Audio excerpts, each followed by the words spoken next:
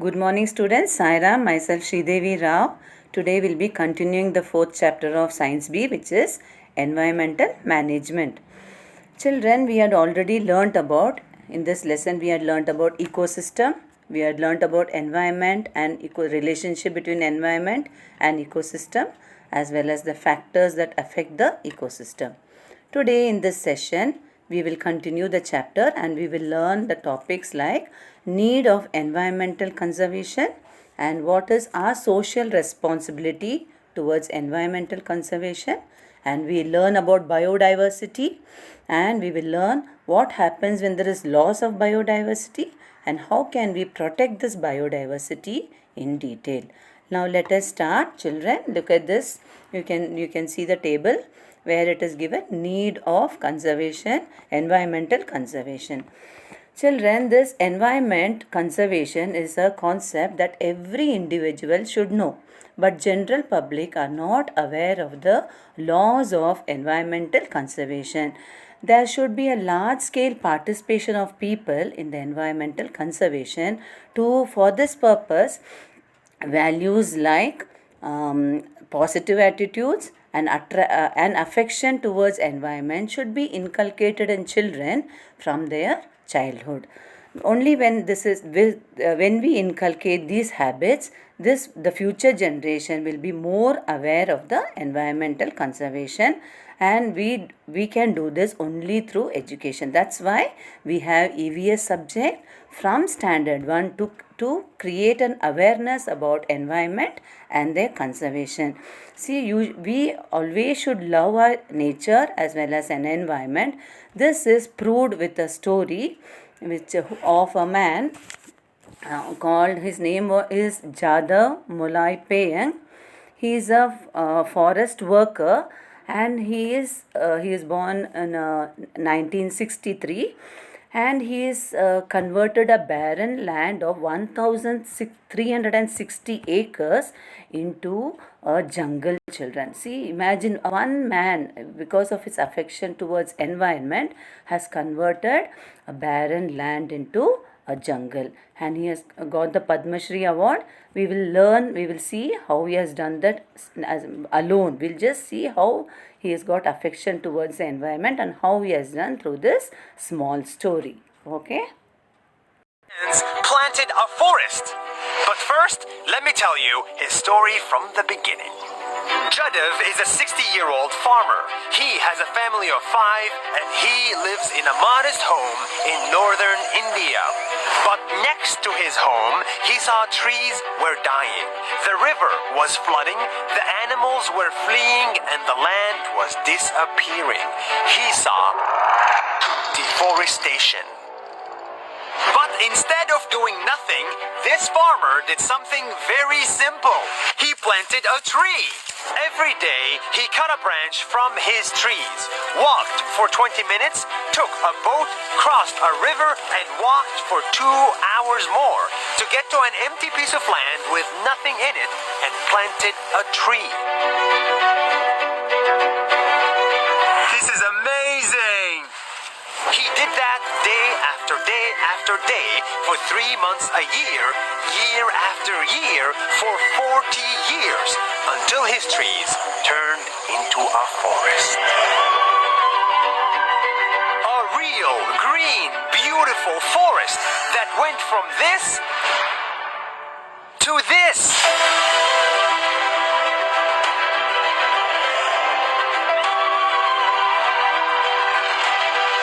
Too good to be true, but we're standing in it.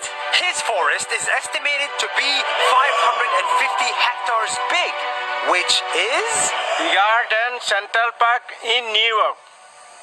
The trees that he planted are now dropping seeds to the ground, and now they're growing even by themselves.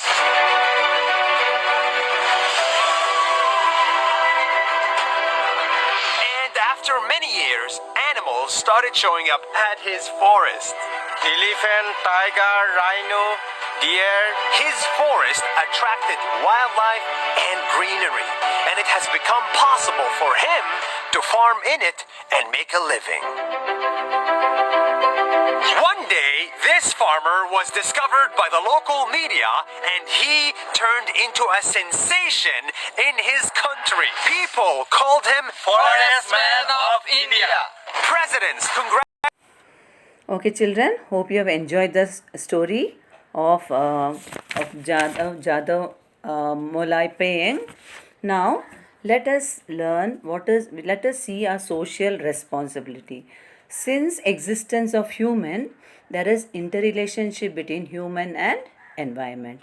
What is human? Human is considered as superior than other animals in his memory, intelligence, and imaginary ability. All these we are superior than the animals. But what has human done? Slowly he established domination over the nature. He started dominating nature and he started snatching all the resources from the nature, and due to this we are leading to problems.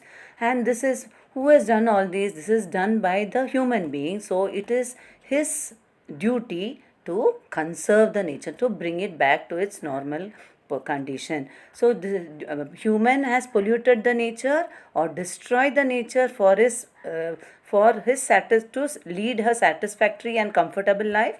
Now it is his duty to conserve the nature. For this, government has made many laws, like laws of Forest Conservation Act in 1980, as well Environmental Conservation Act and 1986, as well as many laws have been put, acts have been given in the year 1972 for the protection of wildlife, as well as for conserving forests, as well as for the pollution. We will see about the laws as well as our responsibility, as well as the acts, and why we should conserve environment in this small video. Have caused serious damage to the environment. Rapid development has given rise to different types of pollution and is a major cause of global warming. So, it is important to protect the remaining natural resources and try to rebuild the biodiversity. Environmental conservation helps in preventing further damage by taking certain measures. To discuss these problems, certain programs were established. In 1972, the United Nations Environment Program was formed for this purpose. It is responsible for assisting developing countries in implementing policies for the safety of the environment. UNEP has also helped formulate guidelines for trading harmful chemicals, air pollution, contamination of waterways, etc. In India, however, a separate environmental department was established later to discuss such environmental problems. There are certain laws sanctioned for environmental conservation. According to the Forest Conservation Act of 1980, forest land is prohibited for any other use. People disobeying this can be imprisoned for 15 days. Since 1985, the Ministry of Environment and Forests in India has been working towards increasing awareness about such issues. The Environmental Conservation Act of 1986 was formed to punish people or institutions releasing pollutants beyond permissible limit and harming the environment. They were either liable for 5 years imprisonment or fine up to 1 lakh. Other than the different acts, there were certain movements undertaken by people like the Chipko movement, which helped conserve forests. In the 1970s, people resisted cutting of kedri trees by embracing the trees. Even though there are so many laws and programs in place of conserving nature, there needs to be more participation from general public.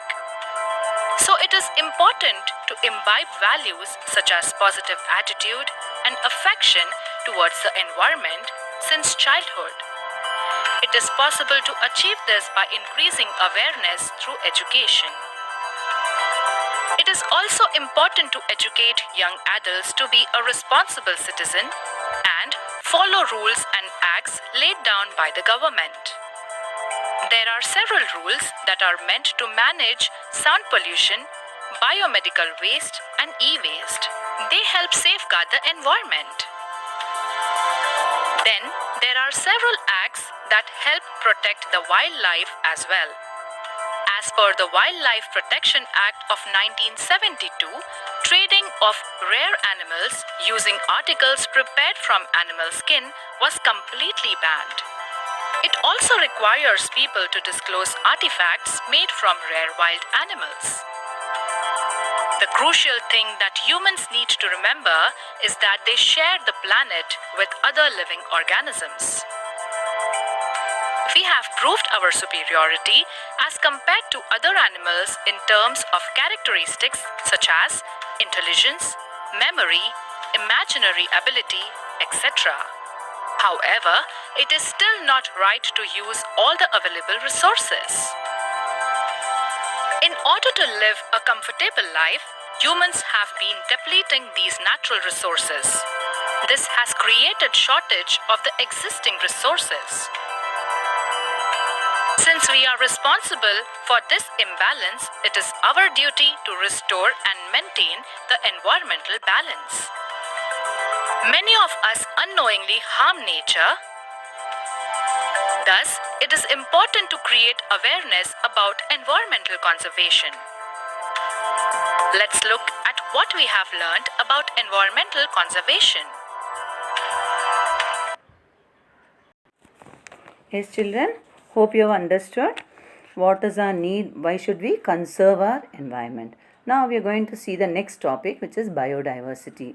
You can see the picture itself, you can make out that biodiversity means the variety of plants and animals in a particular habitat. Even the small microorganism as well as human beings all come under this biodiversity. Every living organism comes under biodiversity. You know there is an interrelationship between all the living organisms, and this biodiversity can be affected either by natural ways, that is by cyclone, floods, earthquake, etc., as well as by man-made methods, by deforestation, pollution, and due to mining activity. So many other reasons also this biodiversity can be affected. Why is biodiversity so useful, children? Why is it useful? What can we get from this variety of plants and animals? When there is variety of plants and animals, we get our food, we get timber, we get medicines, and many more uses are there. Even in the environment also there is ecological balance only due to this biodiversity. We will learn more about this through this video. Conservation strategies.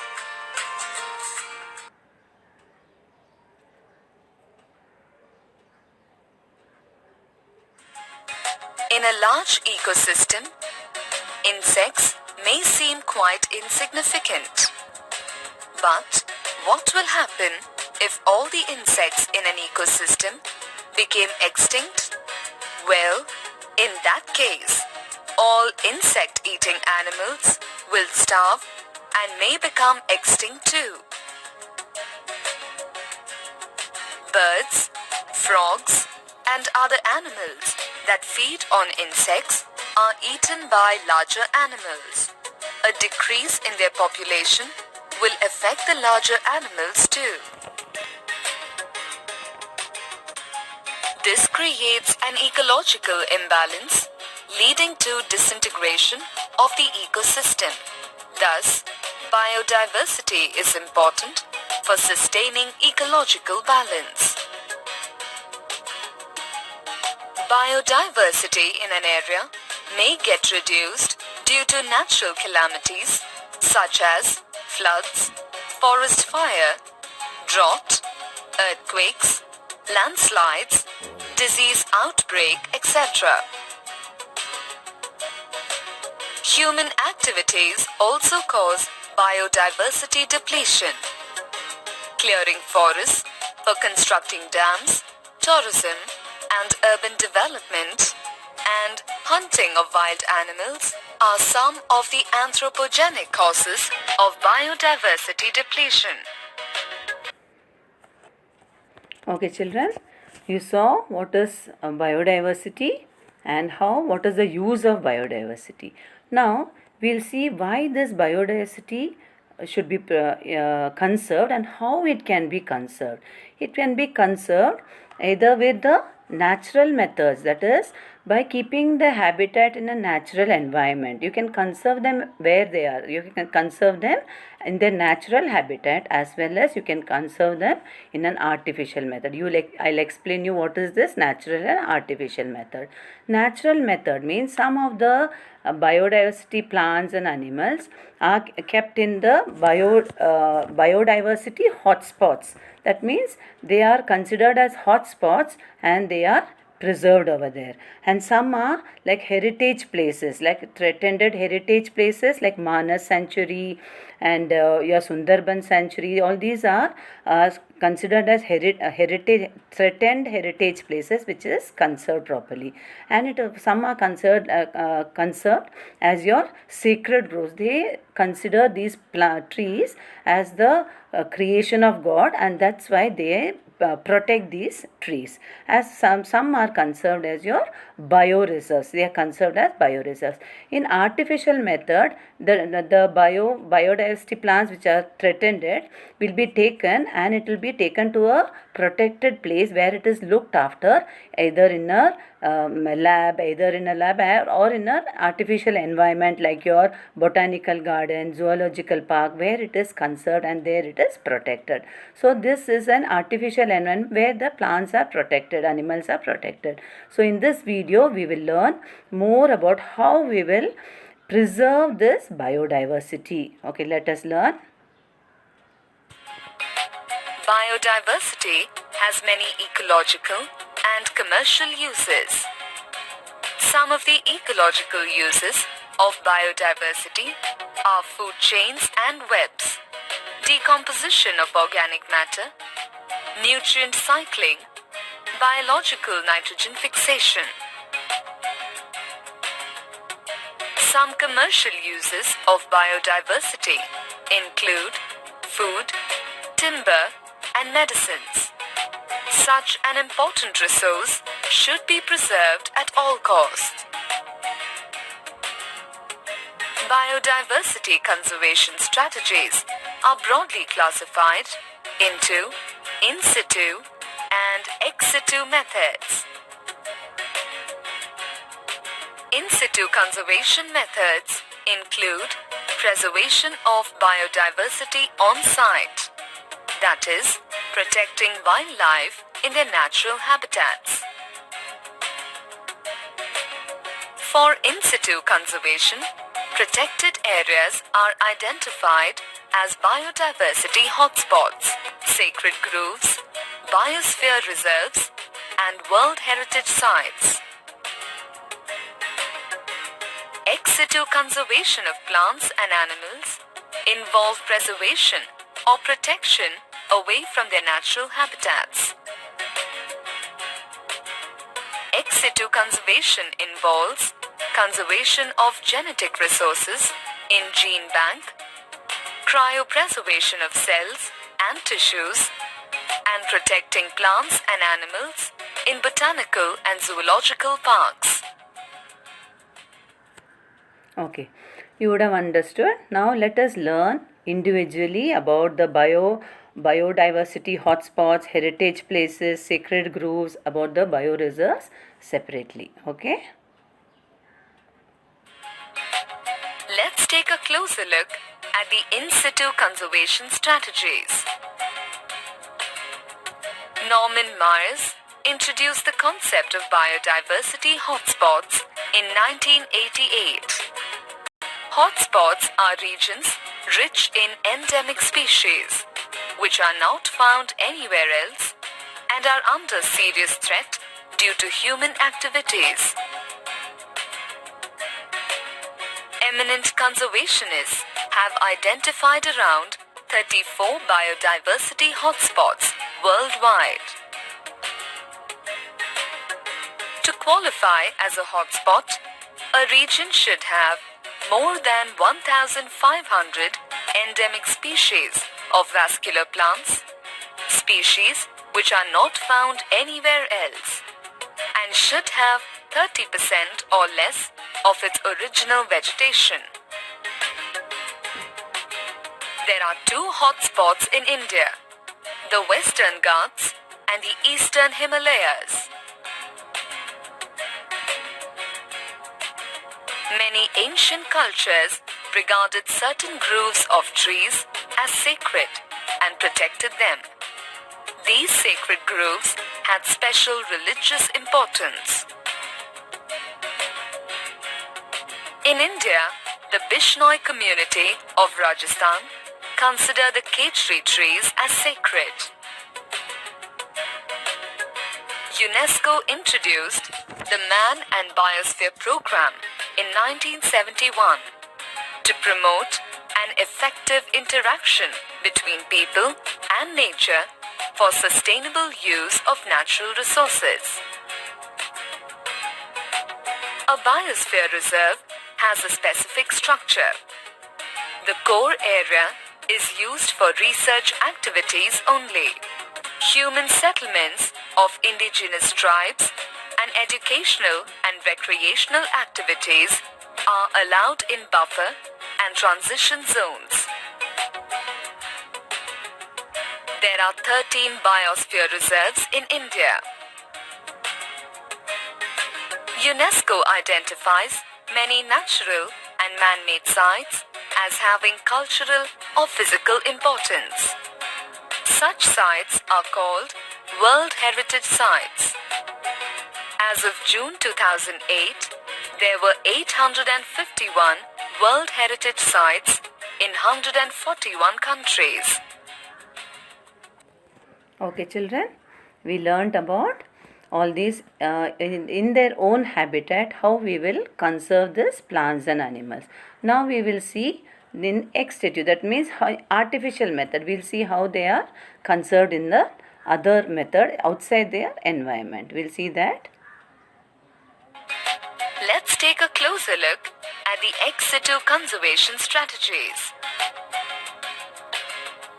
In the ex situ approach, threatened animals and plants are taken out from their natural habitats and placed in a special setting where they can be protected and given special care. With advances in biotechnology, tissues of threatened species can be stored under low temperatures in viable conditions for long periods. This is called cryopreservation. Seeds of different strains of commercially important plants can be kept for long periods in seed banks. This becomes a source of genetic diversity.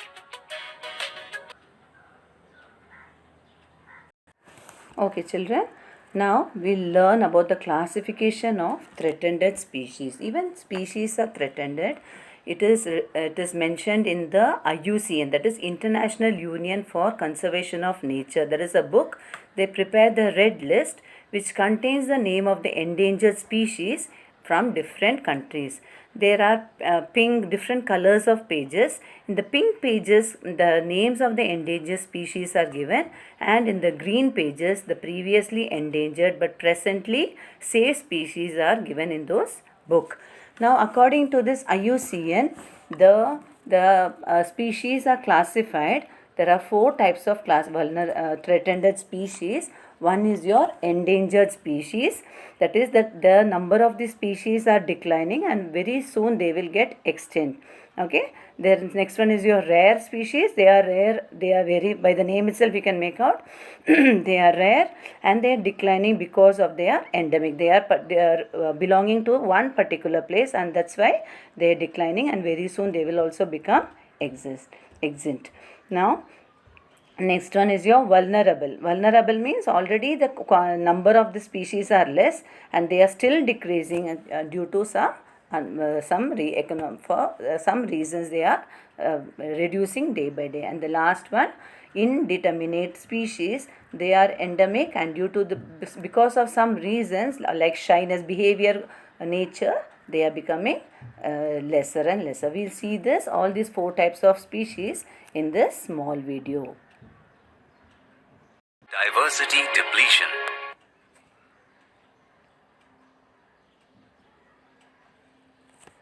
Biodiversity refers to all the life forms on Earth, including humans. India alone contributes to 8% of the Earth's biodiversity by virtue of its wide variety of physical features and climatic conditions. Around 40% of our economy is based on biological products and processes. Our lives are dependent on biodiversity, and so it is our duty to protect it from degradation. What could cause a loss of biodiversity? Well, natural disasters such as floods and earthquakes lead to a loss of biodiversity. However, the most important cause of biodiversity depletion today is overexploitation of natural resources by humans. Increased human activity has threatened the existence of many plant and animal species around the world. The International Union for Conservation of Nature, or IUCN, is the world's largest organization working towards conserving biodiversity. The IUCN has categorized all the threatened species of plants and animals across the globe in a book called Red Data Book. Here are the different categories listed in the Red Data Book. Let's see some of these categories in detail. Here are some important categories of the Red Data Book. Click a button to learn more. Extinction of a species means the end of that species on Earth. When a species becomes extinct, not even a single member of the species exists anymore.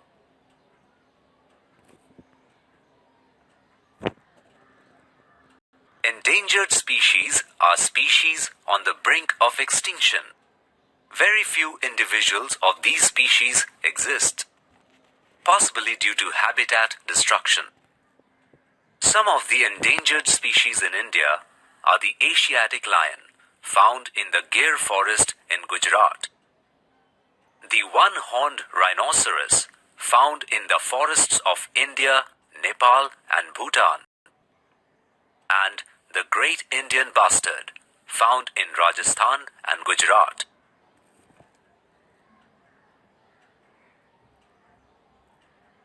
Vulnerable species are those species whose number of individuals is fast decreasing. They could soon be endangered. For example, the clouded leopard found in Southeast Asia and the Himalayan sheep. Okay, children, we learnt about all the different types of species. Now I will show you some pictures of these species. Here, children, we saw about the endangered heritage places of the country. This is one of the threatened endangered heritage places. One of the places, Manas Sanctuary Park, as well as here Sundarban National Park is also endangered. Okay, the number of species are declining, so it is named as endangered heritage places. Okay, now we'll see about the threatened species one by one. See here, they are the endangered species. The example given is lion-tailed monkey, etc. Okay, they are endangered. And here, this is your rare species, your red panda, musk deer. All these are, no, next comes your vulnerable species. This is your vulnerable species. Your lion, tiger, all comes under vulnerable. And this is the rare species which comes under red panda, musk deer. All these comes under vulnerable rare species. And indeterminate species are your giant squirrel. See how it looks like a giant squirrel. They are the They are the indeterminate species. Now children, hope you have understood till here. Now there are certain voluntary organization. I'll show you this. It is given in your textbook. They are voluntary and international organizations which are there to protect the environment. They are worldwide organizations. They are national as well as international organizations. They are working just to protect our environment. And one more, we'll see how to conserve our environment, children. Yes, conserve. How can the biodiversity be conserved? By protecting the rare species of organism, establishing national parks and sanctuaries. We saw this. Declaring some region as bioreserves, projects for conservation of special species, and conserving all plants and animals, observing the rules and maintaining record of traditional knowledge. See, these are the ways we can conserve our biodiversity. Children, hope you have understood. We will revise what we have learned. We learnt about why should we conserve, what is the need for conservation, what is our responsibility for conservation of environment, and we saw the biodiversity, what will happen if there is loss of biodiversity, why this biodiversity is needed, and how can we preserve this biodiversity in either hotspots or sacred groves, considering them as heritage places. So like this we can conserve, and in artificial method, like in sanctuaries, in botanical gardens, you can conserve them, and you can get a beautiful nature. We can enjoy our nature with them when we conserve them. Hope you all understood, children. Sairam.